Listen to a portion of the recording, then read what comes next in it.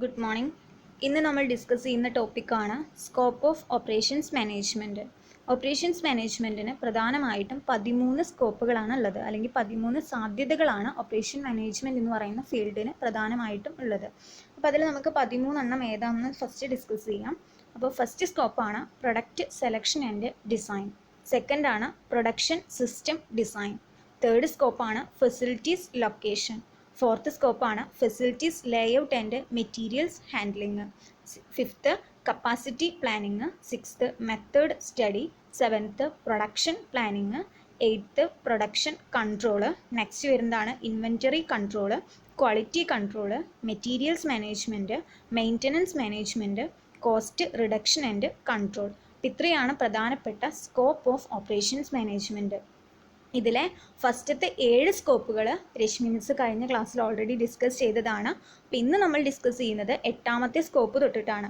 8ാമത്തെ സ്കോപ്പാണ് production control. അപ്പോൾ അത് തൊട്ടിട്ടാണ് നമ്മൾ ഇന്നത്തെ ക്ലാസ്സിൽ ഡിസ്കസ് ചെയ്യുന്നത്. അപ്പോൾ നമുക്ക് ക്ലാസ്സിലേക്ക് കിടക്കാം. 8th സ്കോപ്പാണ് production control. Planning of production is meaningless unless it is properly controlled. പ്രൊഡക്ഷനെ നമ്മൾ പ്രോപ്പറായിട്ട് കൺട്രോൾ ചെയ്തിട്ടില്ലെങ്കിൽ ആ പ്രൊഡക്ഷൻ്റെ പ്ലാനിങ് എന്ന് പറയുന്നത് എന്തായിട്ട് മാറും? മീനിങ്ലെസ്, അർത്ഥമില്ലാത്തതായിട്ട് മാറുകയാണ് ചെയ്യുന്നത്. The production control tries to see that the actual manufacturing conform to the pre-determined standard and scheduled production. ഇനി ഒരു പ്രൊഡക്ഷൻ കൺട്രോൾ എന്നതുകൊണ്ട് എന്താ അർത്ഥമാക്കുന്നത് വെച്ചിട്ടുണ്ടെങ്കിൽ, നമുക്കറിയാം ഏതൊരു കമ്പനീസും ഫസ്റ്റ് എന്ത് ചെയ്തിട്ടുണ്ടായിരിക്കും? അവരുടെ ഷെഡ്യൂൾഡ് പ്രൊഡക്ഷൻസും പ്രീ ഡിറ്റർമിൻഡ് സ്റ്റാൻഡേർഡ്സ് ഒക്കെ സെറ്റ് ചെയ്തിട്ടുണ്ടായിരിക്കും. എന്താ ഷെഡ്യൂൾഡ് പ്രൊഡക്ഷൻ എന്നുള്ളതുകൊണ്ട് ഉദ്ദേശിക്കുന്നത്? ഇപ്പോൾ ഒരു കമ്പനി വിചാരിക്കുകയാണ് ഈ വർഷം ഞങ്ങൾ 1000 യൂണിറ്റ് പ്രൊഡക്റ്റ് പ്രൊഡ്യൂസ് ചെയ്യും. അപ്പോൾ അതെന്താണ്? അവരുടെ ഷെഡ്യൂൾഡ് പ്രൊഡക്ഷനാണ്, മുൻകൂട്ടി തീരുമാനിച്ച് വെക്കുകയാണ്. അതുപോലെ തന്നെ പ്രീ ഡിറ്റർമൈൻഡ് കുറച്ച് സ്റ്റാൻഡേർഡ്സ്, അത് തന്നെ പറയുന്നത് കുറച്ച് പ്രീ ഡിറ്റർമൈൻ ചെയ്തിട്ട് എന്ത് ചെയ്യുകയാണ്? ഒരു മുൻകൂട്ടിയിട്ട് കുറച്ച് സ്റ്റാൻഡേർഡ് സെറ്റ് ചെയ്ത് വെക്കും. ഇത് എന്ത് ചെയ്ത് നോക്കുകയാണ് ചെയ്യുന്നത്? ആക്ച്വൽ മാനുഫാക്ചറിങ്ങുമായിട്ട് കമ്പയർ ചെയ്ത് നോക്കലാണ് പ്രൊഡക്ഷൻ കൺട്രോൾ എന്നുള്ളത് കൊണ്ട് അർത്ഥമാക്കുന്നത്. അതാണ് പ്രൊഡക്ഷൻ കൺട്രോളിൽ പ്രധാനമായിട്ടും പറയാനുള്ളത്. For this purpose, the production manager has to regulate work assignment, review of work process, etc. in the actual and planned performance. അപ്പോൾ ഈ പർപ്പസിൽ പ്രൊഡക്ഷൻ മാനേജർ എന്താ ചെയ്യുന്നത് വെച്ചിട്ടുണ്ടെങ്കിൽ ആക്ച്വൽ പ്ലാൻഡ് പെർഫോമൻസുകൾ ഉണ്ടായിരിക്കും. ഇതിൽ വർക്ക് അസൈൻമെൻറ്റും അതുപോലെ റിവ്യൂ വർക്ക് പ്രോസസ്സുകളൊക്കെ റെഗുലേറ്റ് ചെയ്ത് കൊടുക്കുകയാണ് ചെയ്യുന്നത്. അപ്പോൾ ഇത്രയാണ് പ്രൊഡക്ഷൻ കൺട്രോളിൽ വരുന്നത്. അപ്പോൾ പ്രൊഡക്ഷൻ എന്ത് ചെയ്തിരിക്കണം? പ്രോപ്പർലി കൺട്രോൾ ചെയ്തിരിക്കണം. നമ്മൾ ഷെഡ്യൂൾഡ് ചെയ്ത് വെച്ച പ്രൊഡക്ഷനും ആക്ച്വൽ പ്രൊഡക്ഷനും ഈക്വലായിട്ട് വരുന്നുണ്ടോ, അല്ലെങ്കിൽ അത് ഒത്തുപോലെ വരുന്നുണ്ടോ എന്ന് നോക്കലാണ് പ്രൊഡക്ഷൻ കൺട്രോളിൽ പ്രധാനമായിട്ടും വരുന്നത്. ഓപ്പറേഷൻസ് മാനേജ്മെൻറ്റിൻ്റെ വൺ ഓഫ് ദി ഇമ്പോർട്ടൻ്റ് ആയിട്ടുള്ള ഒരു സ്കോപ്പാണ്, ഒരു സാധ്യതയാണ്, ഒരു മേഖലയാണ് പ്രൊഡക്ഷൻ കൺട്രോൾ എന്ന് പറയുന്നത്. അപ്പോൾ ഇത്രയാണ് പ്രൊഡക്ഷൻ കൺട്രോളിൽ നമുക്ക് ഡിസ്കസ് ചെയ്യാനുള്ളത്. നെക്സ്റ്റ് സ്കോപ്പാണ് ഇൻവെൻറ്ററി കൺട്രോൾ. അപ്പോൾ എന്താ ഇൻവെൻറ്ററി കൺട്രോൾ എന്ന് നോക്കാം. Inventory means the stock of item or resource used in a organisation. അപ്പോൾ എന്താ ഇൻവെൻറ്ററി എന്ന് വെച്ച് കഴിഞ്ഞാൽ, ഇൻവെൻറ്ററി എന്ന് പറയുന്നത് നമ്മുടെ ഓർഗനൈസേഷനിൽ യൂസ് ചെയ്യുന്ന റിസോഴ്സസ്, അല്ലെങ്കിൽ നമ്മൾ സ്റ്റോക്ക് ആക്കിയിട്ട് വെച്ചിട്ടുള്ള റിസോഴ്സസ്, അതിനെയാണ് എന്ത് പറയുന്നത്? ഇൻവെൻറ്ററി എന്ന് പറയുന്നത്. An inventory system is a set of policies and control that monitors level of inventory and determine the level of material should be maintained and when stock should be replenished and how large orders should be. അപ്പോൾ ഇവിടെ എന്താ പറയുന്നത് വെച്ചിട്ടുണ്ടെങ്കിൽ, ഒരു inventory system മുഖേന പറയുന്നത് എന്താ വെച്ചാൽ, ഇൻവെൻറ്ററി സിസ്റ്റം എന്ന് പറയുന്നത് ഒരു സെറ്റ് ഓഫ് പോളിസീസ് ആണ്, അല്ലെങ്കിൽ അത് കൺട്രോൾ ചെയ്യലെയാണ്. നമ്മൾ ഇൻവെൻറ്ററിനെ കൺട്രോൾ ചെയ്യലെയാണ് ഇൻവെൻറ്ററി സിസ്റ്റം എന്ന് പറയുന്നത്. ഇവിടെ എന്താ ചെയ്യുന്നത് വെച്ചിട്ടുണ്ടെങ്കിൽ, ഇൻവെൻറ്ററി ലെവലുകളെ മോണിറ്റർ ചെയ്യുക.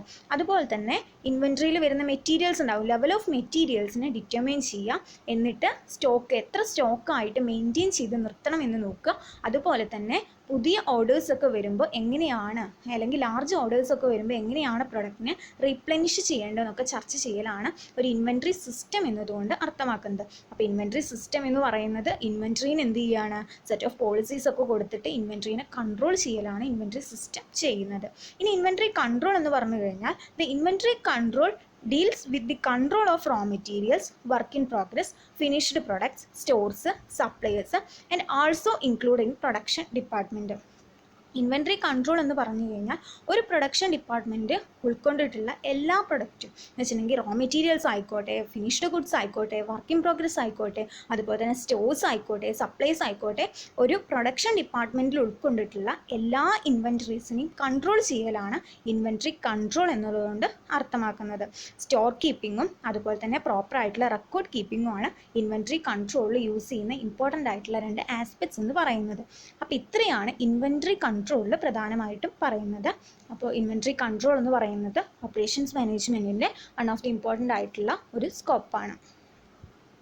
നെക്സ്റ്റ് 10th സ്കോപ്പാണ് ക്വാളിറ്റി കൺട്രോൾ. QC എന്ന് ഷോർട്ടായിട്ട് പറയാറുണ്ട്. Quality control may be defined as a system that is used to maintain a desired level of quality in a product or services.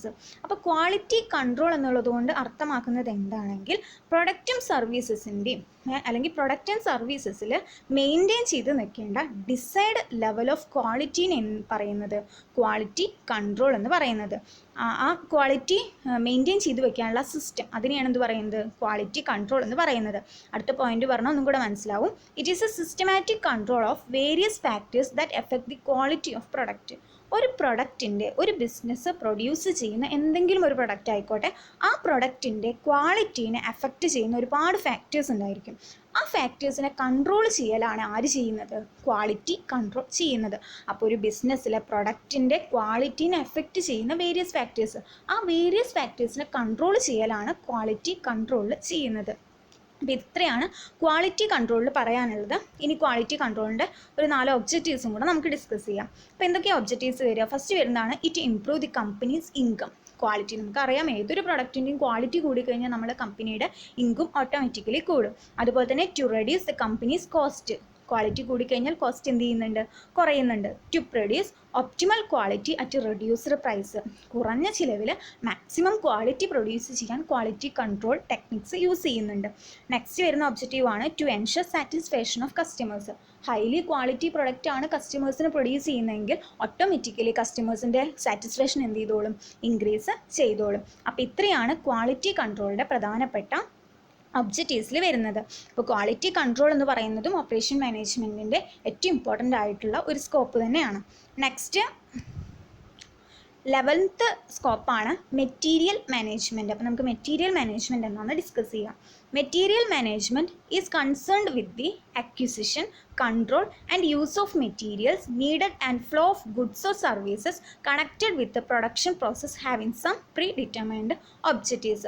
ഒന്നുമില്ല, ഇവിടെ എന്താ പറയുന്നത് വെച്ചിട്ടുണ്ടെങ്കിൽ വലിയൊരു സെൻറ്റൻസ് ആണേ ഉള്ളൂ, പക്ഷെ പറയുന്നത് എന്താ വെച്ചിട്ടുണ്ടെങ്കിൽ മെറ്റീരിയൽ മാനേജ്മെൻറ്റ് എന്ന് പറയുന്നത് മെറ്റീരിയൽസിൻ്റെ അക്വിസിഷൻ, അതുപോലെ തന്നെ കൺട്രോൾ, അതുപോലെ മെറ്റീരിയൽസിൻ്റെ യൂസുകൾ, എപ്പോഴൊക്കെയാണ് മെറ്റീരിയൽസ് ആവശ്യം വരുന്നത് ആ സമയത്ത് മെറ്റീരിയൽസിൻ്റെ യൂസുകൾ, അതുപോലെ തന്നെ ഗുഡ്സ് ആൻഡ് സർവീസസിൻ്റെ ഫ്ലോ ഒക്കെ കൺട്രോൾ ചെയ്യുക. അതിനെയാണ് നമ്മൾ എന്ത് പറയുന്നത് മെറ്റീരിയൽ മാനേജ്മെൻറ്റ് എന്ന് പറയുന്നത്. നമ്മൾ ഇതുപോലെ എന്ത് ഇതുണ്ടായിരിക്കും മെറ്റീരിയൽ മാനേജ്മെൻറ്റ് കേസിലും ഒരു പ്രീ ഡിറ്റർമൈൻഡ് ഒബ്ജക്റ്റീവ്സ് ഒക്കെ ഉണ്ടായിരിക്കും. ആ പ്രീ ഡിറ്റർമൈൻഡ് ഒബ്ജക്റ്റീവ്സിൻ്റെ ഒക്കെ ബേസിസിലാണ് ഇവിടെ എന്ത് ചെയ്യുന്നത് മെറ്റീരിയൽസിനെ കൺട്രോൾ ചെയ്യുന്നത് അല്ലെങ്കിൽ മെറ്റീരിയൽസിനെ പ്രോപ്പറായിട്ട് മാനേജ് ചെയ്യുന്നത്. ഇനി മെറ്റീരിയൽ മാനേജ്മെൻറ്റിൻ്റെ കുറച്ച് ഒബ്ജക്റ്റീവ്സ് നമുക്ക് ഡിസ്കസ് ചെയ്യാം. ഒരു 4 ഒബ്ജക്റ്റീവ്സ് ആണ് നമുക്ക് ഡിസ്കസ് ചെയ്യാനുള്ളത്. അപ്പോൾ അതിൽ വരുന്ന ഫസ്റ്റ് ഒബ്ജക്റ്റീവാണ് to minimise material cost. Material management വഴി എന്ത് ചെയ്യുന്നുണ്ട് മെറ്റീരിയൽസിൻ്റെ കോസ്റ്റ് മിനിമൈസ് ചെയ്യാൻ പറ്റുന്നുണ്ട്. നെക്സ്റ്റ് ഒബ്ജക്റ്റീവ്സ് ആണ് to purchase, receive, transport and store materials efficiently. മെറ്റീരിയൽസിനെ പർച്ചേസ് ചെയ്യാനും റിസീവ് ചെയ്യാനും ട്രാൻസ്പോർട്ട് ചെയ്യാനും സ്റ്റോർ ചെയ്യാനും ഒരു പ്രോപ്പറായിട്ടുള്ള മെറ്റീരിയൽ മാനേജ്മെൻറ്റ് വഴി പറ്റും, എളുപ്പം പറ്റും, അതാ പറയുന്നത്. നെക്സ്റ്റ് പോയിൻ്റ് ആണ് ടു ട്രേസ് ന്യൂ റിസോഴ്സസ്. പുതിയ റിസോഴ്സുകളെ ഈസിലി ട്രേസ് ചെയ്യാൻ വേണ്ടിയിട്ട് ഏതുവഴി പറ്റുന്നുണ്ട് മെറ്റീരിയൽ മാനേജ്മെൻറ്റ് വഴി പറ്റുന്നുണ്ട്. നെക്സ്റ്റ് പോയിൻ്റ് ആണ് develop high inventory turn over ratios. High inventory turn over ratios ഒക്കെ ഡെവലപ്പ് ചെയ്യാനും മെറ്റീരിയൽ മാനേജ്മെൻറ്റ് വഴി പറ്റുന്നുണ്ട്. അപ്പോൾ അതും മെറ്റീരിയൽ മാനേജ്മെൻറ്റിൻ്റെ ഒരു ഒബ്ജക്റ്റീവ്സ് ആണ്. അപ്പോൾ നമുക്കറിയാം മാനേജ്മെൻറ്റ് എന്ന് പറയുന്നത് ഏതൊരു കാര്യത്തിനെയും ഓർഗനൈസ് ചെയ്യുക, കൺട്രോൾ ചെയ്യുക, പ്ലാൻ ചെയ്യലൊക്കെയാണ് എന്ത് പറയുന്നത് മാനേജ്മെൻറ്റ് എന്ന് പറയുന്നത്. ഇത് മെറ്റീരിയൽസിനെയാണ് നമ്മൾ ഓർഗനൈസ് ചെയ്യുന്നത്, പ്ലാൻ ചെയ്യുന്നത്, കൺട്രോൾ ചെയ്യുന്നത്, അക്വിസിഷൻ ചെയ്യുന്നത്, ആവശ്യമുള്ള സമയത്ത് യൂസ് ചെയ്യുന്നതൊക്കെ ആണെങ്കിൽ അതിനെന്ത് പറയുന്നു മെറ്റീരിയൽ മാനേജ്മെൻറ്റ് എന്ന് പറയുന്നു. ഇത്രയാണ് നമ്മൾ മെറ്റീരിയൽ മാനേജ്മെൻറ്റിൽ ഡിസ്കസ് ചെയ്തത്. മെറ്റീരിയൽ മാനേജ്മെൻറ്റും operation management one of the important ആയിട്ടുള്ള ഒരു സ്കോപ്പാണ്. നെക്സ്റ്റ് ട്വൽത്ത് സ്കോപ്പാണ് മെയിൻ്റനൻസ് മാനേജ്മെൻറ്റ്. അപ്പോൾ എന്താ മെയിൻ്റനൻസ് മാനേജ്മെൻറ്റ് എന്ന് പറഞ്ഞു കഴിഞ്ഞാൽ, maintaining the machines of production is another important aspects of operation management. Operation മാനേജ്മെൻറ്റിൻ്റെ മറ്റൊരു ഇമ്പോർട്ടൻറ്റ് ആസ്പെക്ട്സ് ആണ് പ്രൊഡക്ഷന് വേണ്ടിയിട്ടുള്ള മെഷീൻസിനെ മെയിൻറ്റെയിൻ ചെയ്യുക എന്നുള്ളത്.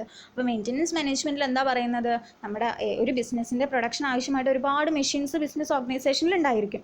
ആ മെഷീൻസിനെയൊക്കെ പ്രോപ്പറായിട്ട് മെയിൻറ്റെയിൻ ചെയ്ത് നിർത്തുന്ന മാനേജ്മെൻറ്റാണ് മെയിൻ്റനൻസ് മാനേജ്മെൻറ്റ്. മെയിൻ്റനൻസ് മാനേജ്മെൻറ്റ് 2 ഒബ്ജക്റ്റീവ്സും കൂടെ നമുക്ക് ഡിസ്കസ് ചെയ്യാനുണ്ട്. അപ്പോൾ അതിൽ വരുന്ന ഫസ്റ്റ് ഒബ്ജക്റ്റീവ് ആണ് to achieve minimum breakdown and to keep the plant in good working conditions. എന്ന് വെച്ചിട്ടുണ്ടെങ്കിൽ മെഷീനിലുണ്ടാവുന്ന ബ്രേക്ക് ഡൗണുകൾ മിനിമൈസ് ചെയ്യുക, പെട്ടെന്ന് മെഷീൻ കേടാവുന്ന അവസ്ഥയ്ക്ക് എന്ത് ചെയ്യുക, കുറയ്ക്കുക. അതുപോലെ തന്നെ to keep the plant in good working condition, ഇവിടെ യൂസ് ചെയ്യുന്ന പ്ലാന്റുകളൊക്കെ നല്ല വർക്കിംഗ് കണ്ടീഷനിലുള്ളതാണെന്ന് ഉറപ്പുവരുത്തുക. അത് മെയിൻ്റനൻസ് മാനേജ്മെൻറ്റിൻ്റെ ഒരു ഒബ്ജക്റ്റീവാണ്, ഒരു ലക്ഷ്യമാണ്.